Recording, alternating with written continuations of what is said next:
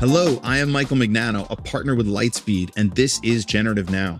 Since ChatGPT debuted in late 2022, people have been asking a simple but pressing question. What happens to human jobs when AI can do them better, faster, and at a fraction of the cost?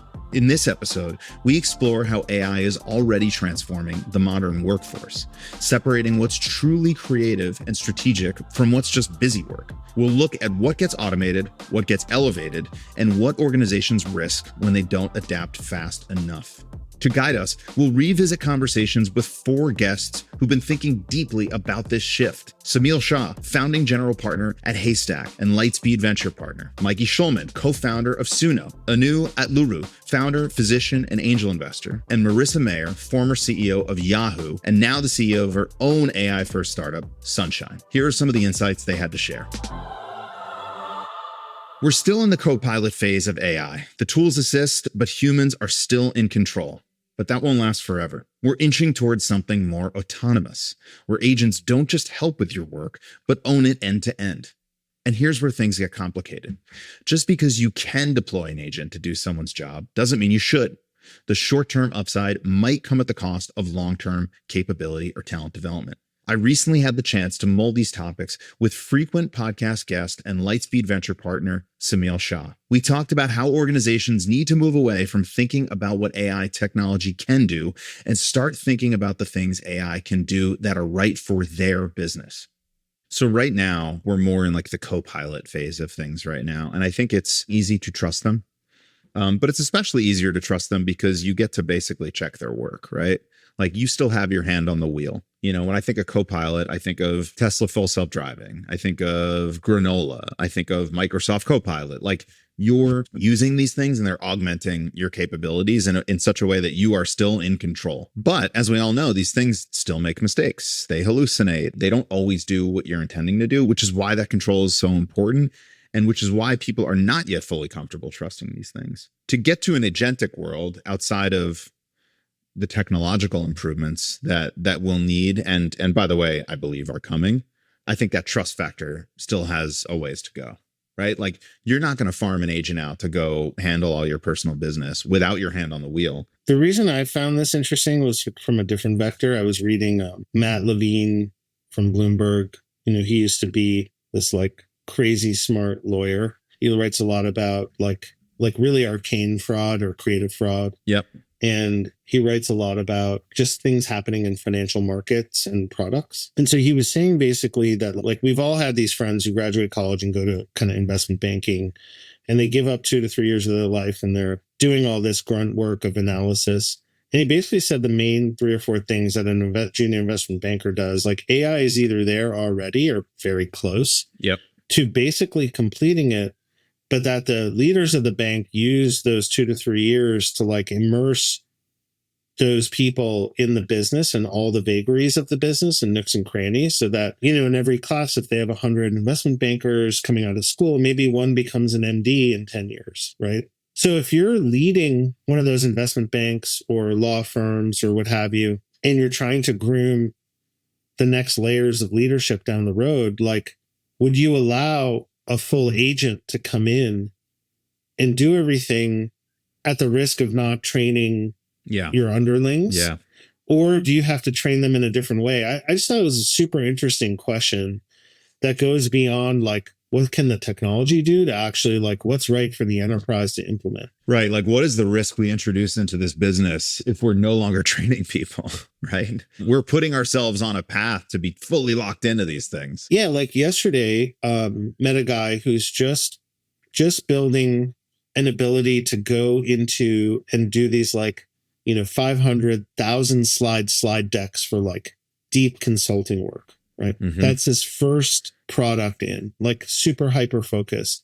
So imagine you and I were McKinsey leaders and the top GP managing different offices, thinking about this problem. We're in our 40s, we're going to be here into our 60s, and we need to groom the 20 to 25-year-olds in that world. How would we approach the introduction of that technology? Because like the short-term carrot is to like reduce our OpEx costs and we make more money. But then there may not be people who were like trained by fire later. Right. I don't know. I just found that fascinating. we're sort of like proactively signing up to eliminate ourselves by doing that. Like once we crack the door open, we're already heading down the path, because what you're saying is like we're basically making ourselves extinct because we're not even training the next generation. The way you frame it is fascinating, because I had a different frame. I think it's more like people who run businesses will still want, like Anduril, when it becomes the next thing it's going to be, is still going to use consultants because consultants are valuable in some ways. Maybe I'm not thinking broadly enough. Maybe I'm thinking like they'll have their own little army of consultant agents, right? I don't know. But I think of it as like the human to human, like the person leading the company will want to talk to another principal who has expertise across that sector and to give them an outside perspective. And then, will those people still exist 10, 20 years from now? This feels like the right time then to start talking about artificial superintelligence. I mean, this is the theory of artificial superintelligence, ASI, is that once it is created and it is agentic, that what you're left with is a drop-in coworker that can not only do everything, but that can do it way better than you and I ever could, or any McKinsey consultant ever could. And by the way, it's going to be a fraction of the cost of hiring that consultant. Yeah, I think there are a lot of people who believe that that's the future we're headed towards, and it might be here pretty soon. Right. So let's go back to the McKinsey example. If you and I are the co-leaders of McKinsey right now, how do you not want this? How do you not want this? The short-term juice you get, each mid-level consultant who's getting on a plane and building these decks and doing all the synthesis, they have their own teams, right? They have their own entourage that you're paying, and you're delivering this to the client. You can reduce your cost of goods sold tremendously, and the profits go back to the partnership. Yep. And the endowment. Your short-term incentive is to do it. Quite perverse. You're taking a leap of faith that it doesn't start at the bottom and ultimately eat its way all the way up to the top. Right. Because it would probably start from the bottom, right? Like if you factor in this like trust dynamic, you're going to trust the lowest level employees to be replaced or augmented by these things first. And slowly, as the capabilities increase, they're going to go a layer up and a layer up and a layer up.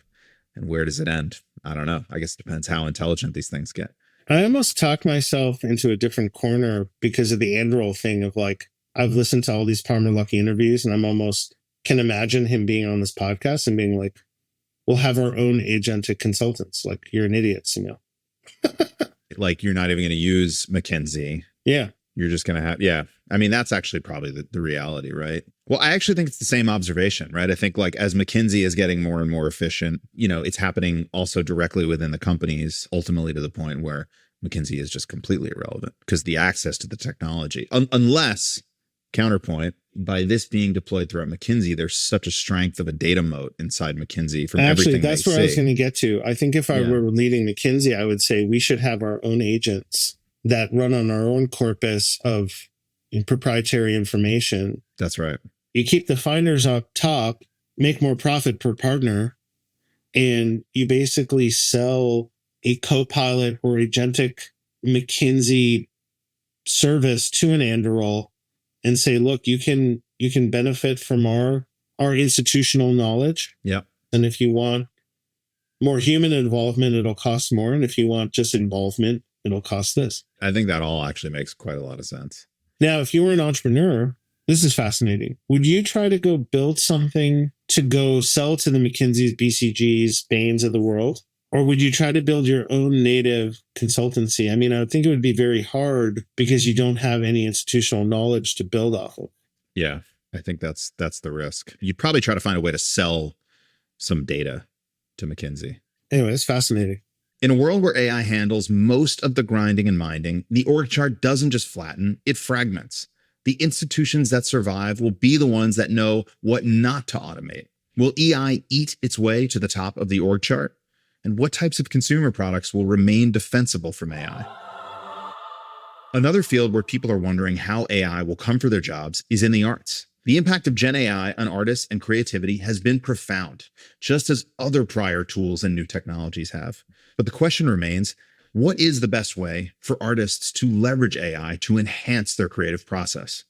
I hosted a Q&A with Mikey Schulman, co-founder of AI music startup Suno, who addressed this question directly in a way that I found fascinating. I think this is a really good question. This is a kind of a long arc I would say in making music. Technology has been part of making music for hundreds of years. In general, all of the technological advances that happen make it easier to make music, make more people able to make music, make more music out there, and are actually quite beneficial for music in general. I can tell you that I know one person who is a songwriter who had a lull in creativity, and after finding Suno, went from maybe making 50 songs a year to making 500 songs a year. And most of these songs maybe don't see the light of day, but it's an unlock in terms of creativity. So I think on the whole, it's quite obviously all of these technologies are good things. It's about how you use them. I think I'm a firm believer that in general, AI and most technologies are neutral.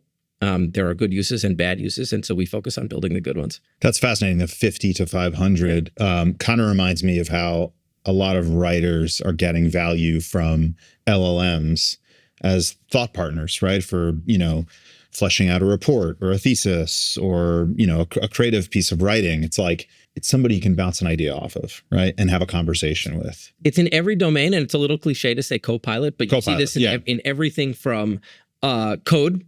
Engineers writing code. Now you can have a co-pilot that can help you do it. And these co-pilots can make code for you. They can check code for you. When you are writing an email, you can have something that writes the email or rephrases the email or checks the email somehow. If you are writing a script for a movie, you can have help there either in checking something or rewriting something, or hell, I just come and I'm blocked and I just need to see some weird ideas. And I think in general, just increasing the amount of weird content that is out there is actually just really good for human creativity. And these things are amazing at that. We talk a lot about co-pilots, but maybe AI is more like a creative partner, the tool that helps you move past the blank page. Not everyone will use it well, but those who do, they might just outcreate everyone else. Then there's medicine, maybe the clearest example of AI's potential to separate routine from real work. Doctors will be able to spend less time tackling paperwork and more time talking with patients. Hospitals will get more value out of these very expensive specialists. Highly personalized medical interventions will finally become commonplace. At the same time, the regulatory landscape is complex and adoption is far from assured. I recently spoke about this with Atluru, founder, author, and angel investor in social utility startups. And in addition to her work with companies like Clubhouse and Slang, Anu is also a licensed physician. And though she no longer practices, she says she still has a soft spot for consumer healthcare and is bullish on the potential for AI to improve health outcomes and how AI can change what it means to be a doctor. Do you, even though you're not practicing, do you think much about the future of medicine and healthcare and personal health as a result of AI? Yeah, I do in an abstract sense. From the human level, I think AI is going to be great for, understanding of diseases that we only have a marginal understanding of today. I think it'll be very useful for rare diseases that we haven't had enough of a population to really, and enough of a economic interest to really be able to fund often. So I think the long tail of health will get better as well. Scientific research, this upstream part is going to get very good very fast. And there's already, a lot of things that are suggesting that. I think one of the, I'm not sure if it was a Nobel Prize winner this past year or something, was related kind of to this movement in this direction. Broadly, I'm very optimistic about what it's going to do for our ability to understand health, to understand diagnosing it, and somewhat to understand treating it. I think that's harder than the actual understanding the problem, which will get a lot better. I think on the side of being a doctor as a profession, there are a lot of things that are going to change. Some welcome, some not, depending on which side you're on. Like what? Overall, I would say that I think AI is going to make a lot of knowledge work, which I would consider historically doctors, lawyers, a lot of that to be, in many cases, much more like a trade profession. Historically, we think of trades as kind of they require less education and are more physical in nature than the non-trade professions, which tend to require far more education and tend to be more cerebral in nature. And I think the mix of that will shift a little bit in a world where AI is doing a lot of the kind of information gathering with more information than we would have had before. A lot of the computation, a lot of the analysis. So all the differential diagnoses, the probabilities, the the likelihood of a therapy to work, and in particular for a specific person in terms of personalization. So I think there will be a lot more data given to us by AI, or whatever we want to call that container, that will then be kind of assessed and applied by physicians. And so from that perspective, physicians will do less of that cognitive work themselves. And also because we're going to learn so much more, it's going to be impossible for humans to learn all of that, like as rote memory, and then compute all of that. So I just think that it'll become a little bit more trade-like, in the sense that a lot of what you're doing is more the implementation aspect, as opposed to like a holistic assessment independently.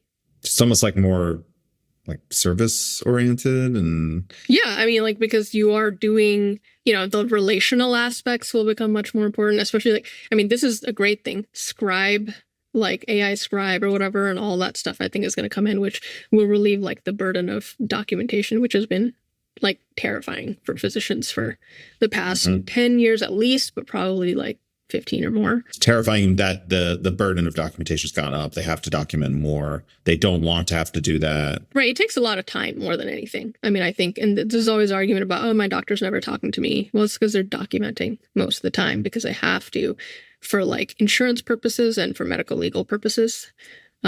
So AI will do really good things in terms of reducing the burden of those things, but it'll also provide tools that'll offload some of the cognitive stuff they're doing. It's like autonomous vehicles or something. With healthcare and with like physical health and safety in general, we are very skittish about adopting tools if there is like one death that we're going to see to that. And so whether it's autonomous vehicles or healthcare, I think the same thing will apply. So I do think this is like somewhat of a long arc of implementation, but I do think over the long term, yes, it'll become much more like a service profession. And that's not necessarily bad, but it'll change a lot of dynamics. So we started like zoomed out. Then we've talked about interaction with the physician becomes more assisted, becomes more of a service. Is there a world in which the human doctor goes away for 80% of interactions in the near future? Like how, maybe just much more simply, like how soon until we have the AI doctor on our phones that we're interacting with for, 80 to 90% of most times we would have previously scheduled an appointment with our physician. I might argue we already have the AI doctor on our phone. Yeah. That's ChatGPT, or that's Dr. Google, or that's Dr. Google. Well, Dr. Google was pretty bad. So I would say, ChatGPT or whatever the future model of it, or, pick your LLM that's going to become specialized for this thing. I would argue we already have that, in the sense of the decision points are really, when do you choose to seek healthcare within the healthcare system? And the system today is a people-driven system. So the question becomes like, when will some authority say it's okay for you to use this chatbot or LLM instead of going in to see a physician? That can happen culturally, though, right? I mean, that doesn't have to happen through the rubber stamp. Culturally, I think it is already slowly happening for very low acuity, or, as generally talk about acuity of like how serious, severe, like for triaging, like low acuity things like a cold, or do I have strep throat? I think right now what it's actually doing is telling you on some probability basis, should you go seek care? And I think that actually people have been working that for a long time, but it's just AI is going to be so much better now.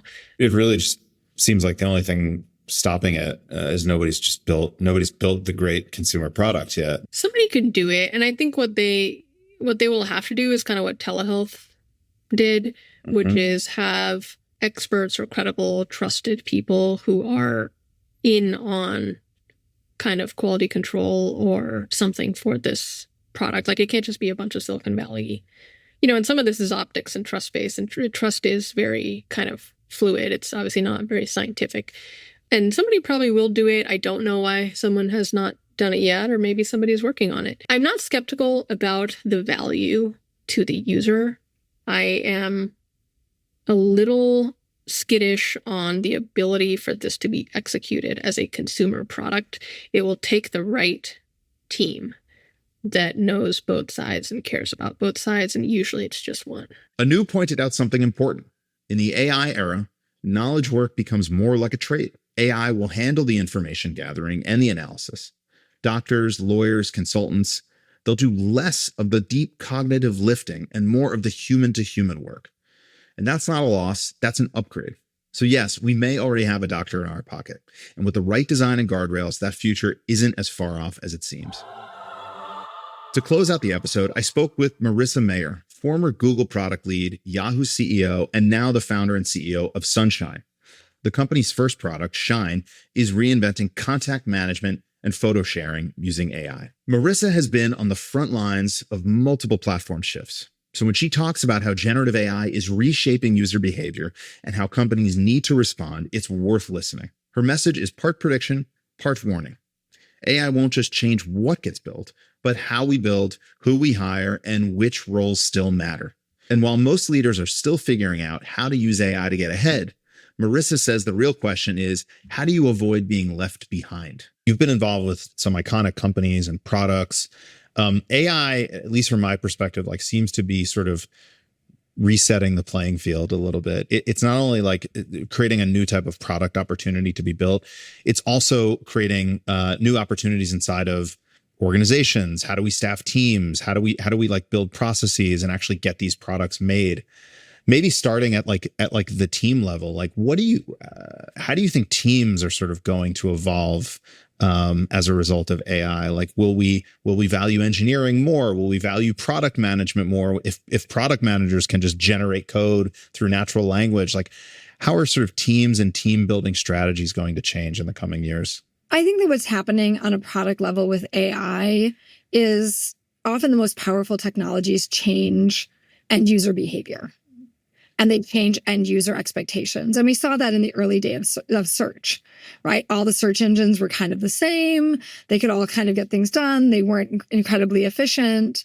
And then Google came along and had just better answers, caused people to search more on Google, caused them to search way more. There's way more internet search being done today than there was before Google existed. And it basically caused people to ultimately change their behavior in terms of how often they searched, how they searched, what they searched for, and also change their expectation in terms of what they got. And I think that what you're seeing now across many forms of generative AI is whether it's chatting to get a better understanding of a problem, get editing help, get visual help in visualizing something and creating an image or a graphic.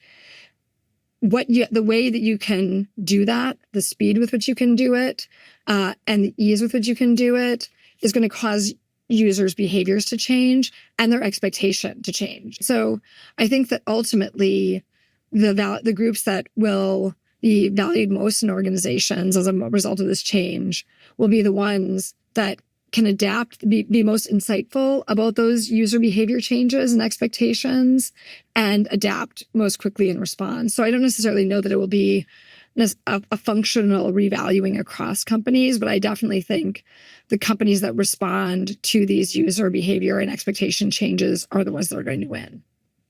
So one of that makes me think of an area of business right now that to me on the surface looks potentially highly sort of disruptable. And that is consulting, right? Where you've got these huge teams of people that are being paid and billed hourly to do this type of manual work that potentially could be replicated by agents. I'm certainly very curious to see if large consulting firms sort of adapt and embrace the way you're talking about, or sort of try to hold on to existing business models and structures. I'm curious what your thoughts are on like the types of businesses that you think will be most quick to adapt this versus the ones that will be sort of resistant. Well, not surprisingly, I think that technology-rich industries are ones that are going to adopt this most quickly and readily. So I wouldn't be surprised if we see consulting actually, they generally do use technology effectively and study it and its impact on HR and office and workflows, as part of what they do. So I wouldn't be surprised if they actually do well in terms of adopting it. But I think that anywhere where there's a tension between the new way of doing things and the new way your customer wants to do things, and a tension with that and your existing business model, I think those are the companies that have really hard choices to make because they can probably cling to that existing business model, a la your consulting example, and make more money in the short term, but in the long term, they're really mortgaging their future. So I think that, right now, most companies need to be thinking about, and, most people working in those companies need to be thinking about, how can AI make me better and faster at my job? And there's all kinds of people who are doing studies now in terms of, who does better? The consultant, the doctor, the lawyer, or the AI, right? If you go to the AI suggestions. And there certainly are some professions in some cases where the AI is outperforming the people. And if the people attempt to actually edit what it's suggesting, things only get worse. But, it's early days, and there's anecdotes right now that cut both ways. Yeah. I saw I think it was a New York Times article just like 2 days ago that said it compared sort of doctors on their own versus doctors with AI versus just AI. And I thought it was going to be doctors and AI were the most effective. And it actually, according to this study, I have no idea how accurate it is, it was just the AI that was the most effective, or I don't know, however they were measuring it, which kind of blew my mind a little bit. I've seen that study, and I've seen some in a few other industries as well. And so, those industries where the AI solo can outperform and the value that the people are adding could be negative, which is kind of the point that makes. And I don't necessarily think that it was a big enough sample study to say that conclusively. But sample size in the study. But I think that it definitely is thought-provoking, and it does make you realize that where you should be spending your time and where we can add value versus where the AI should be adding the value is something that companies are going to have to be strategic about. In short, organizations that respond quickly to shifts in consumer behavior will thrive. Companies that cling to old business models might succeed in the short term, but they're mortgaging their futures. It's probably too early to know what AI is fully capable of and what burdens it may relieve us of, whether we want it or not. Still, I think we can draw a few general conclusions. Number 1, focus on your unique institutional knowledge. 2, seek out ways AI can enhance your existing process. And 3, pay attention to user expectations. That's a wrap for this episode of Generative Now. Thank you so much for joining me. If you liked this episode, please do us a favor and rate and review the show on Spotify and Apple Podcasts. And if you want to learn more, follow Lightspeed at LightspeedVP on YouTube, X, LinkedIn, and everywhere else. Generative Now is produced by Lightspeed in partnership with Pod People. I am Michael Mignano, and we will be back next week. See you then.